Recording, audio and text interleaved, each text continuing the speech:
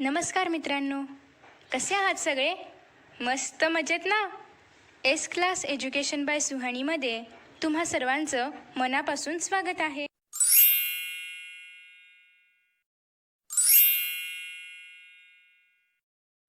मित्रांनो, आज आपण पाहतोय 10th standard science part 2 lesson number 8 cell biology and biotechnology. आणि त्यात आज आपण पाहणार आहोत important stages in agricultural development, page number 96. याच्यामध्ये ग्रीन रिव्होल्यूशन आहे, व्हाईट रिव्होल्यूशन आहे, त्याचबरोबर ब्ल्यू रिव्होल्यूशन आज आपण या व्हिडिओमध्ये पाहणार आहोत. तर ॲग्रिकल्चरल डेव्हलपमेंटमध्ये येतं ते म्हणजे green revolution. Okay, so green रिव्होल्यूशनमध्ये ग्रीन ॲग्रिकल्चर म्हणजे नक्कीच हे ॲग्रिकल्चरशी निगडीत असणार आहे. सो नक्की आपण पाहूया की ग्रीन रिव्होल्यूशनची सुरुवात कधी, कशी, केव्हा झाली. Problems of population explosion were started to appear at the beginning of 20th century. So आपल्या देशामध्ये पॉप्युलेशन मोठ्या प्रमाणामध्ये वाढू लागलं होतं, लोकसंख्या खूप वाढू लागली होती आणि लोकसंख्येचं अनकंट्रोलेबल जी वाढ होऊ लागली होती, जे एक्सप्लोजन होऊ लागलं होतं, तर ते 20th centuryपासून 20व्या शतकापासून सुरू झालं होतं. So almost all the countries especially underdeveloped म्हणजे अविकसित, जे अजून पूर्णतः विकसित नाही झालेत, अँड डेव्हलपिंग कंट्रीज, डेव्हलपिंग म्हणजे विकसनशील, जे आता विकासाच्या मार्गावरती आहेत, had been badly affect by the effects of poor quality and quantity of food. Okay, मग असे जे काही कंट्रीज आहेत की जे अंडरडेव्हलप्ड आहे, अविकसित आहेत, डेव्हलपिंग आहेत, विकसित आहेत, तर ह्या सगळ्यांवरती खूप मोठ्या प्रमाणामध्ये इफेक्ट पडला होता. कशाचा? पॉप्युलेशन एक्सप्लोजनचा. आणि त्याच्यामुळे जे पुअर लोक होते किंवा जे काही लोक होते की ज्यांना खूप पुअर क्वांटिटीचं फूड खायला मिळत होतं. Various methods applied for harvesting maximum yield from minimum land are collectively called as green revolution. मग ग्रीन रिव्होल्यूशन म्हणजे काय? तर कमी जागेमध्ये खूप जास्त मोठ्या प्रमाणामध्ये यील्ड घेणं, उत्पादन घेणं याला आपण काय म्हणतो? Green revolution. यासाठी एक रिव्होल्यूशन सुरू झाली, एक क्रांती सुरू झाली, त्याला आपण काय म्हणतो? Green revolution. Okay, so green revolution was about agriculture, food grain production. त्याच्यानंतर पुढे आपल्याला सांगितलेलं आहे improvised dwarf varieties of wheat and rice, proper use of fertilisers and pesticides and water management has led to the increased production of food grains and thereby large population had been saved from hunger. मग या ठिकाणी फर्टिलायझरचं व्यवस्थित proper use करणं, पेस्टिसाईडचं व्यवस्थित use करणं, water management करणं, तर या सगळ्यामुळे काय झालं की मोठ्या प्रमाणामध्ये फूड ग्रेन्सचं प्रोडक्शन होऊ लागलं, खूप मोठ्या प्रमाणामध्ये उत्पादन होऊ लागलं आणि त्याच्यामुळे खूप मोठ्या प्रमाणामध्ये लोकसंख्येची भूक भागवणं शक्य झालं. त्याच्यानंतर आता याच्यामध्ये कोण कोण होते व्यक्ती, त्यांची नावं आपण पाहणार आहोत. डॉक्टर नॉर्मॅन बोरलंग, जे की USA आहेत, आणि डॉक्टर MS स्वामीनाथन, जे की इंडियामधले आहेत. तर यांचं खूप व्हॅल्युएबल कॉन्ट्रीब्युशन होतं इन ग्रीन रिव्होल्यूशन. आणि आपल्याकडे हरित क्रांतीचे जनक म्हणून पण डॉक्टर MS स्वामीनाथन यांना ओळखलं जातं. Okay, so on the next page, various research institutes and laboratories are engaged in development of new varieties of various crops through research. मग आता या ठिकाणी क्रॉप्सचा रिसर्च करण्यासाठी, क्रॉप्सवरती एक्सपेरिमेंट्स करण्यासाठी अनेक इन्स्टिट्यूट्स आणि लॅबोरेटरीज डेव्हलप करण्यात आल्या. जसे की एक्झाम्पल आहे इंडियन ॲग्रिकल्चरल रिसर्च इन्स्टिट्यूट, ज्याला की आपण IARI असं म्हणतो शॉर्ट फॉर्ममध्ये. न्यू दिल्लीमध्ये आहे. त्याचबरोबर नॅशनल सिट्रस रिसर्च इन्स्टिट्यूट, जे की नागपूरमध्ये आहे. And allied branches, Indian institute of sciences, national pomegranate research institute, Solapur. Okay, so अशा पद्धतीचे काही इन्स्टिट्यूट्स एस्टॅब्लिश करण्यात आलेले आहेत, डेव्हलप करण्यात आलेले आहेत रिसर्च करण्यासाठी क्रॉप्सवरती वगैरे. ओके, सो त्याच्यानंतर कलेक्ट मोर इन्फॉर्मेशनमध्ये काय सांगितलेलं आहे की which new species of the rice have been developed in India. इंडियामध्ये कुठल्या कुठल्या प्रकारचे नवीन स्पीसीज आलेले आहेत राईसचे, ते तुम्हाला शोधायचं आहे.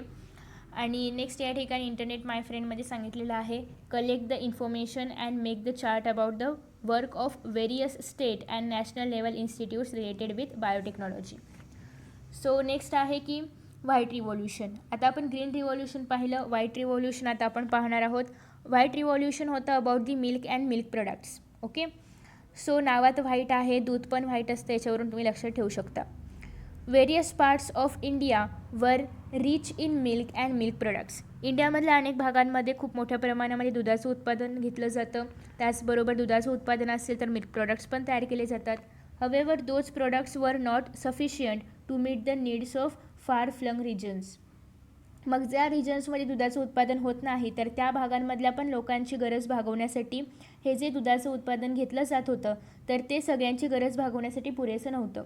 मग doctor Verghese Kurien proved through the cooperative movement and use of biotechnology that dairy cannot be allied but it will be a mainstream business.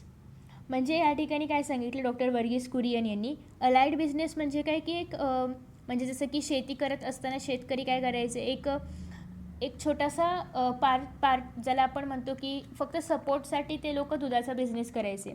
मग डॉक्टर वर्गीस कुरियन यांनी काय सांगितलं की हे एक मेन बिझनेस पण होऊ शकतो. म्हणजे जसं की ॲग्रिकल्चर मेन आहे, म्हणजे शेतकरी शेती करतो, पण मत्स्यपालन असेल किंवा दूध उत्पादन घेणं असेल तर हे सगळं जे आहे तर ते साईड बिझनेस होते.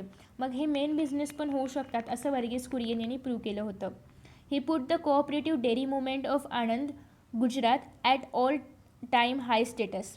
मग त्यांनी एक मुवमेंट सुरू केली जी की गुजरात आनंद इथे सुरू झाली होती about the milk and milk products, की त्यांना असं सांगायचं होतं की मिल्क आणि मिल्क प्रोडक्ट्स हा पण एक मेन बिझनेस होऊ शकतो. आणि त्यांनी जर तो केला, मेन बिझनेस समजून जर केला तर दुधाचं खूप मोठ्या प्रमाणामध्ये उत्पादन घेतलं जाऊ शकतं आणि मिल्क प्रोडक्ट्स पण तयार केले जाऊ शकतात. While achieving the self sufficiency in dairy business, म्हणजे स्वतः सक्षम असं काहीतरी त्याच्यामध्ये डेअरी बिझनेसमध्ये करणं. Various experiments were performed for quality control, आणि क्वालिटी चांगली करणं दुधाच्या प्रोडक्ट्सची.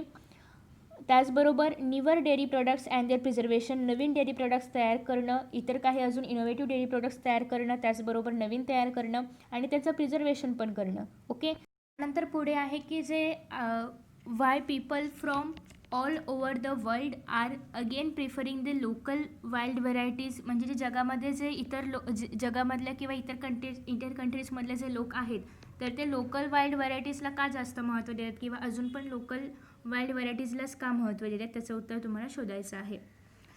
त्याचं उत्तर असं असू शकतात की एकतर खूप चांगल्या प्रकारचं किंवा खूप चांगल्या क्वालिटीचं फूड प्रोडक्ट्स मिळतं म्हणून. त्याच्यानंतर आहे blue revolution. Production of various useful aquatic organisms with the help of water is called as blue revolution. Blue हे पण आपल्याला वॉटरशीच कुठेतरी कनेक्ट करते. सो ब्ल्यू रिव्होल्यूशन म्हणजे काय तर production of various useful aquatic organisms, म्हणजे जे काही युजफुल ॲक्वेटिक ऑर्गॅनिझम्स आहेत ज्यांच्यापासून आपल्याला खूप फायदा होतो असे जे काही ॲक्वेटिक ऑर्गॅनिझम्स आहेत तर त्यांचं प्रोडक्शन वाढवणं, त्यांची संख्या वाढवणं विथ द हेल्प ऑफ वॉटरच्या मदतीने, यालाच काय म्हटलं जातं ब्ल्यू रिव्होल्यूशन.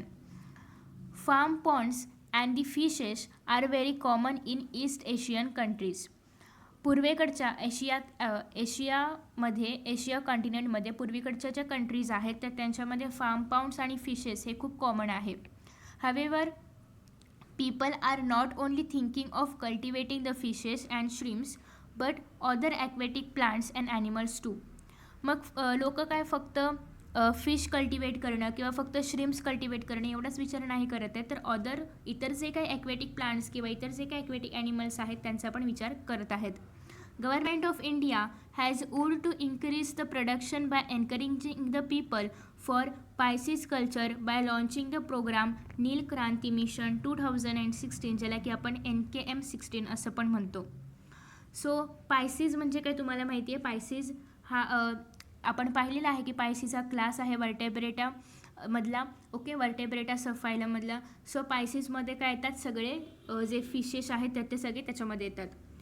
सो नीलक्रांती मिशन एक लॉन्च केलं होतं, एक प्रोग्राम लॉन्च केला होता नीलक्रांती मिशन 2016 साली, की ज्याच्यामधून गव्हर्नमेंट ऑफ इंडिया भारत सरकारने असं वूड केलं होतं की असं म्हणजे थोडक्यात शपथ घेतली होती किंवा असे एक प्रतिज्ञा घेतली होती की जे पायसीस कल्चर आहे तर त्याचं प्रोडक्शन वाढवणं, त्यासाठी पीपलला किंवा लोकांना एनकरेज करणं. Okay, 50% to 100% subsidies are offered in this case. आणि जर असं कोणी करत असेल तर मग त्याला 50% to 100% खर्च दिला जातो. ओके, सो नेक्स्ट आहे marine and fresh water fishery is possible on large scale.